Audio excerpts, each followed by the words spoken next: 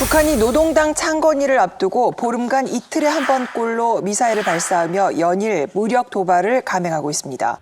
올해 들어 처음으로 심야 시간대에 무력 도발이 이뤄지기도 했는데요.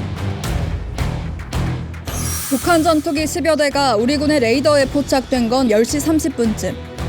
북한 전투기들은 우리 군이 즉각 대응을 위해 설정해놓은 전술조치선을 넘어 두 방향으로 남하하더니 9.19 합의에 따라 정해진 비행금지 구역 서쪽 5km, 동쪽 7km 인근까지 접근했습니다. 북한 전투기들이 전술조치선을 넘은 건 2012년 이후 처음입니다.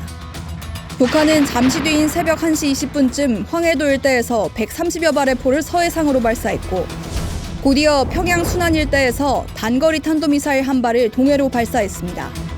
1시간쯤 뒤엔 강원도 일대에서 동해상으로 40여 발의 포사격을 실시했습니다. 약 4시간 30분 동안 연쇄 도발을 감행한 겁니다. 북한이 육해공에서 동시다발로 도발한 건 상당히 이례적인데 7차 핵실험 가능성이 커지면서 도발 수위를 계속 끌어올릴 거란 우려가 커지고 있습니다. 이렇게 잦아지고 있는 것은 지금 굉장히 심각하게 봐야 하는 거죠? 일단은 닭발이라는 표현을 써서 안 되겠는데 닥치고 발사. 이틀에 한 번 쏘면 닭발이라는 표현을 써야 되지 않겠나. 과거에는 아침에 주로 쐈거든. 6시에서 7시 사이. 근데 이번에는 1시 48분부터 한 10분간 또 쏴댔거든요. 과거에는 지역을 한두 군데 정해서 쏘았는데 이번에는 자강도에서 강원도 문천시까지 지역을 넘나들면서 쏘기 때문에 그야말로 닥치고 공격, 닥치고 발사라는 표현을 쓸 수밖에 없는데 과거에는 열차에서 미사일을 발사했는데 이번엔 또 저수지에서 무슨 SLBM 잠수함 발사 미사일이라고 요거 콜드런치라고 그래 전 세계 6개국만이 갖는 기술이거든요. 조금 신뢰성에 문제가 있긴 했는데 쐈대니까 또 믿어야죠.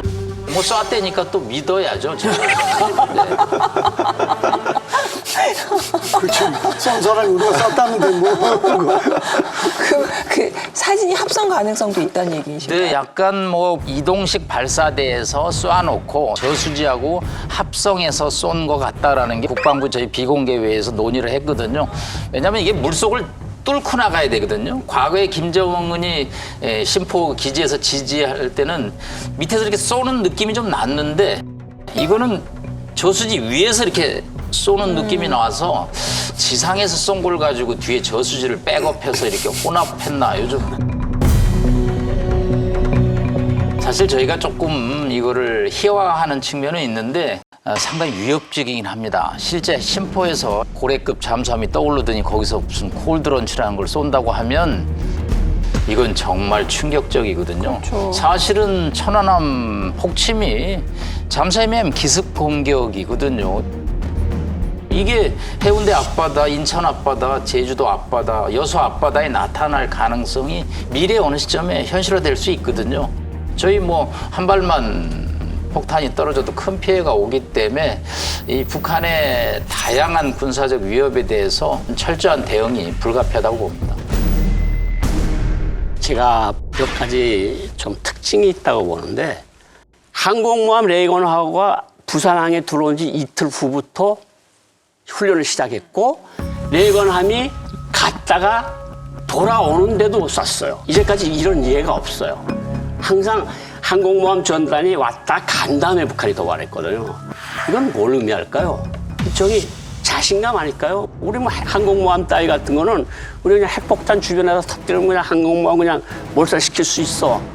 그러니까 김정은이 이런 자신심이 발로라고 생각을 하고 미군이 하도 위성이 신포지기를 계속 보고 있으니까 아마 그래 그럼 나 저수지에도 쏠 거야 그랬는데 아마 북한이 쐈다고 하는 게 맞는다면 어떤 바지선 같은 것을 밑바닥에다 갖다 놓고 그 위에서 고정을 시켜놨다가 쏘지 않았을까 이런 건데 북한이 보여주려는 의도는 그거죠. 우리는 언제 어디서 아무 때나 우리가 원하는 시각에 한국의 공군기지, 해군기지, 항만, 주요 군사시설 언제든지 우리가 타격할 수 있다는 걸 보여주는 거거든요. 이런 걸 보면 아, 북한이 참 대단하다 이런 생각도 드는데 어쨌든 항공모함이 갔다가 다시 돌아오는데도 계속 도중에도 훈련했거든요. 근데 비행기를 150대를 동원했는데 우리가 국방부가 잡고 있는 북한 비행기 대수가 810대입니다. 우리 공군보다 거의 2배가 많아요. 근데 그 비행기에 거의 70%가 50년대 나온 비행기들입니다. 50년대요? 1950년대 소련이 만든 건데 6.25 때. 그러니까 제가 그 청진 비행장 가서 AN2라는 비행기를 봤거든요. 날개가 천으로 돼 있어요. 비 막는 방수천 같은 걸 씌운 비행기예요. 거기 이제 특공대원들을 싣고 한국에 이제 유사시에 떨구겠다는 건데 다 기계식이고 현대전에 부합하지도 않아요. 그걸 150대를 띄웠다는 거는 이것도 참 기상천외한 노릇이고 아마 항공모함이 왔다니까 김정은으로서는 아 나도 뭐 우리 비행기 많아. 나도 한번 막 띄워볼래. 너네 항공모함에 한 80대 있다면 우리 한 150대 띄울 거야. 그러니까 어떻게 보면 잠깐 유치스럽기도 한데 어쨌든 북한으로서는 이 보름 동안에 모든 것을 다 보여준 거죠. 김 위원장이 푸틴 대통령의 70세 생일 축전에 탁월한 영도력과 강인한 의지를 떼어놓고 생각할 수 없다면서 찬사까지 보냈는데 나는 생일 70돌을 맞는 당신에게 진심으로 되는 따뜻한 축하의 인사를 보냅니다. 오늘 러시아가 미국과 그 추종 세력들의 도전과 위협을 짓부시고 국가의 존엄과 근본 이익을 굳건히 수호하고 있는 것은 당신의 탁월한 영도력과 강인한 의지와 떼어놓고 생각할 수 없습니다. 당신이 건강하고 행복할 것과 러시아의 번영을 위한 책임적인 사업에서 커다란 성과를 거두기를 바랍니다. 지금 이 북중로의 밀월 관계가 상당히 우려스러운 상태인 거네요, 지금. 그러니까 이번에 우크라이나 전쟁이 터지면서 적이 많아지고 푸틴 대통령한테는 친구가 없는 거 아니에요, 거의. 이제 인도하고 중국도 약간 돌아서는 느낌이고. 근데 지금 가장 가까이 붙은 거는 북한이거든요. 그러니까 북한으로서는 지금 제일 급한 게 기름입니다. 원유. 러시아에서 가장 많이 가지고 있는 게 가스하고 기름 아니에요. 이것만 줘도 북한은 견디는 거거든요. 근데 지금 우크라이나에서 전쟁을 막 하고 있는데 거기에 모든 신경이 쏠려 있을 때 북한이 김정은한테 어떤 충동이 안 생길까요? 아 이거 나도 뭘 해볼 수 있는 시기가 아닐까. 어쨌든 북한으로서는 야 우리는 핵무기가 있으니까 미국이 함부로 우리를 못 칠 거고 한국도 우리가 뭘 친다 그래서 우리가 너네가 다시 보복한다면 우리가 핵무기 쓸 거야. 그럼 주춤할 거다. 이런 충동이 김정은 같아도 안 생기겠어요? 그러니까 위험한 시기라고 보는 건 맞죠.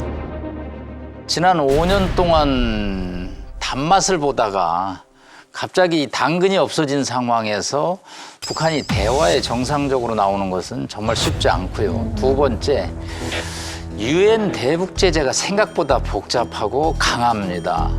제가 영국 출판사에서 영어로 북한 핵 문제 책을 내서 인쇄를 3,000불 받는데 저한테 영국에서 돈이 넘어오는데 3번이나 크레임이 걸렸습니다. 노스 코리아라는 단어가 들어가니까 이 돈이 왜 넘어가느냐는 정도로 그렇게 유엔 안보리의 대북 제재 결의안이 현장에서는 강합니다. 사실상 돈과 물자가 지금 넘어가는 거는 일체 불허됩니다. 이제 이런 상황에서 비핵화라는 단어가 이게 나쁘게 말하면 뭐 걸림돌이고 좋게 말하면 또 북한의 핵 개발에 자금이 들어가는 걸 사전에 차단하기 때문에 의미가 있는 건데 저는 뭐 북한과 꼭 대화를 뭐 계속해야 된다라는 생각은 하지는 않습니다. 북한이 핵을 포기하지 않고 계속 남한을 위협하는데 진보 정부처럼 꼭 대화를 하고 꼭 협상을 하고 무슨 장관급만 회담을 해야지 정부가 일을 하는 것처럼 보이는 것은 그거는 조금 발상을 바꿀 필요가 있다.